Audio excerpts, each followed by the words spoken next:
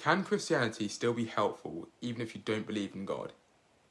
I've had a lot of struggles with faith and doubt, so I thought that I'd start off the year by explaining my 2026 strategy through spirituality and show how Christianity can still be helpful for doubters and unbelievers.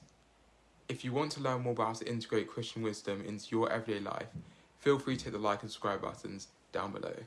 I thought I'd start off by probably saying my favourite biblical mission quote to explain this further.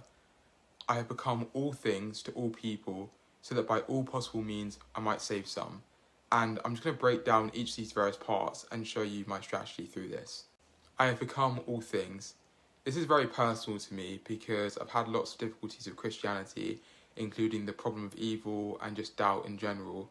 But ironically, this actually also makes me feel closer towards God, because it does feel like He's almost intentionally made me go through this passage of not believing in God so that I can look at Christianity from a very different perspective and try to help those who are in a similar position without forcing them to believe in it or making them feel a certain type of way if they don't. To all people, and this includes believers and unbelievers.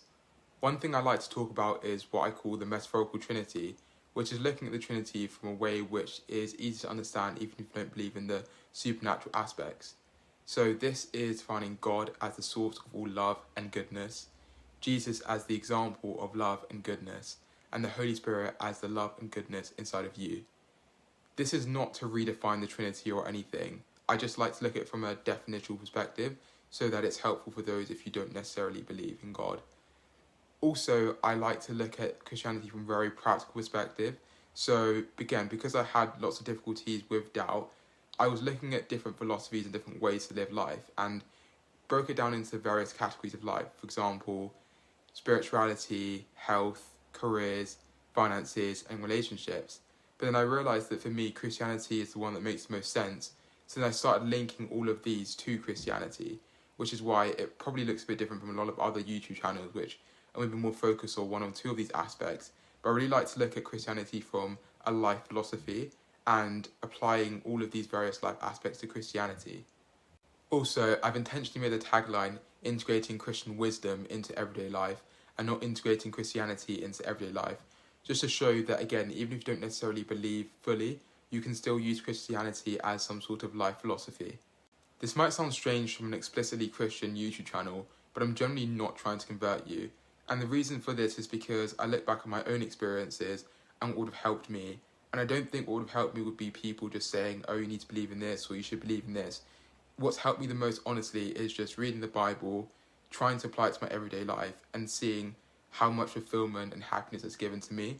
And if that's what's worked for me, I'm trying to just apply kind of the golden rule on that and just show other people that way of living too. By all possible means. I'm going to specifically relate this to Christianity integrated and social media, because I want to try and use all different kinds of platforms to help people relate to Christianity in different ways. There's lots of content on YouTube, Apple Podcasts, Spotify, Instagram, TikTok around Christianity, and I'll be uploading this on those platforms too. But Christianity isn't just for our personal lives, it's also for our professional lives too, which is why I have and will also be posting on LinkedIn just to try and find any way to connect people to Christianity. I might save some. I think this is a good reminder for me in particular because I'm a bit of a perfectionist and feel like I need to help and I can help everyone. But obviously that's not the case. I'm not perfect and I'm a human. So it's just good for me to remember this so that I do all that I can. What do you think about my strategy to make Christianity more appealing to unbelievers? Do you think this is a too watered down approach, or do you think this is actually quite helpful?